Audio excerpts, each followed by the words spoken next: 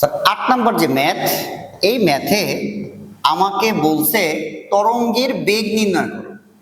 তো আমরা জানি দূরত্ব থেকে ল্যামডা বের করা যায়, আর সময় দেওয়া থাকলে পর্যায়কাল বের করা যায়। স্যার একটা পূর্ণ কম্পনের দূরত্বকে বলে ল্যামডা, আর একটা পূর্ণ কম্পনের যে সময় এটাকে বলে পর্যায়কাল টি। টি জানলে আমরা আবার এফ জানি। তো বলছে তরঙ্গের বেগ নির্ণয় করো। তো তরঙ্গের বেগ নির্ণয়ের সূত্র কি স্যার? তরঙ্গের বেগ নির্ণয় সূত্র V is equal to F lambda. তো স্যার আমার একটা কম্পাঙ্ক দরকার, কম্পাঙ্ক দেওয়া নাই, দেওয়া আছে একটা সময়।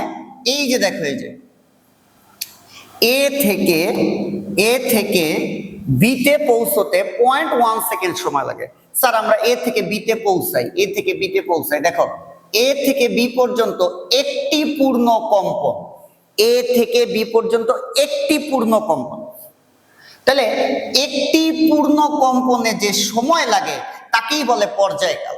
স্যার এ থেকে বি পর্যন্ত হচ্ছে একটা পূর্ণ কম্পন, আর একটা পূর্ণ কম্পনের যে সময় এটাকে বলে পর্যায়কাল, বড় হাতের টি। আর প্রশ্নে এ থেকে বি পর্যন্ত পৌঁছানোর সময়টাই দিছে 0.1 সেকেন্ড, তার মানে পর্যায়কালের মান দিছে। স্যার আবার বলি, এ থেকে বি পর্যন্ত হচ্ছে একটা কম্পন, আর একটা কম্পনের সময় দিছে 0.1 সেকেন্ড। একটা কম্পনের সময়কে আমরা বলি আবার পর্যায়কাল, তার মানে প্রশ্নে টি এর মান দিছে 0.1। তাহলে এফ ইজ ইকুয়াল টু হচ্ছে 1/t 1/0.1 সমান সমান 10 হার্টজ। তাহলে স্যার এফ এর মান 10 ইনটু আমার দরকার স্যার ল্যামডা দরকার, ল্যামডা। আচ্ছা, ল্যামডার জন্য দেখো তো কি দিছে, আমার একটা দূরত্ব দিছে যে 4 মিটার, এ থেকে বি সি পর্যন্ত। এই যে এই দূরত্বটা দিছে 4 মিটার। তাহলে স্যার আমরা এখান থেকে দেখি, এইখান থেকে এই পর্যন্ত একটা কম্পন, এইখান থেকে এই পর্যন্ত একটা কম্পন। একটা কম্পনের জন্য যে দূরত্বটাকে বলি ল্যামডা, আর বি থেকে সি পর্যন্ত আবার একটা কম্পন। তাহলে এ থেকে সি পর্যন্ত কয়টা পূর্ণ কম্পন?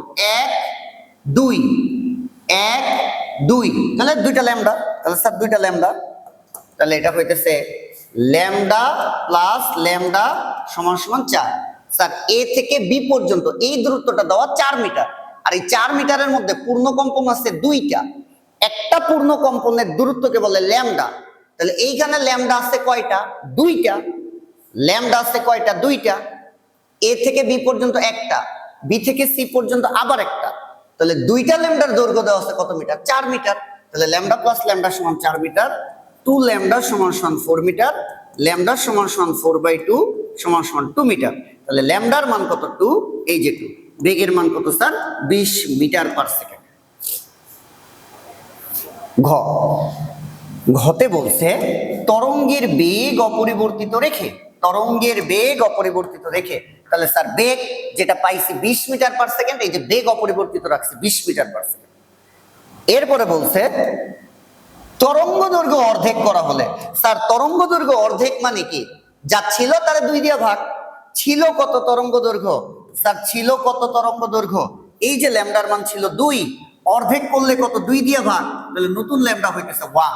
এই যে বলছে বেগ অপরিবর্তিত রাখা, তার মানে ঘনঙে বেগ 20 বলছে তরঙ্গটির তরঙ্গ দৈর্ঘ্য অর্ধেক করলে, তরঙ্গ দৈর্ঘ্য ছিল কত? 2 মিটার, তাহলে অর্ধেক করলে কত স্যার? 1। প্রশ্নে জানতে চাইছি কি স্যার? কম্পাঙ্কের কি পরিবর্তন হবে?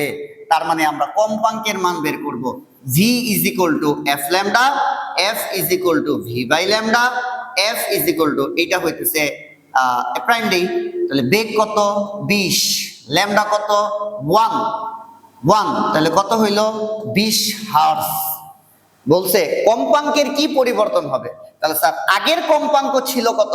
আগের কম্পাঙ্ক ছিল 10, নতুন কম্পাঙ্ক হয়েছে 20। তাহলে পরিবর্তন বলতে F prime by F, F প্রাইমের মান 20, আর আগের কম্পাঙ্ক 10 সমান সমান 2, অর্থাৎ 2 গুণ হয়ে গেছে। স্যার কয় গুণ হয়েছে? 2 গুণ হয়েছে।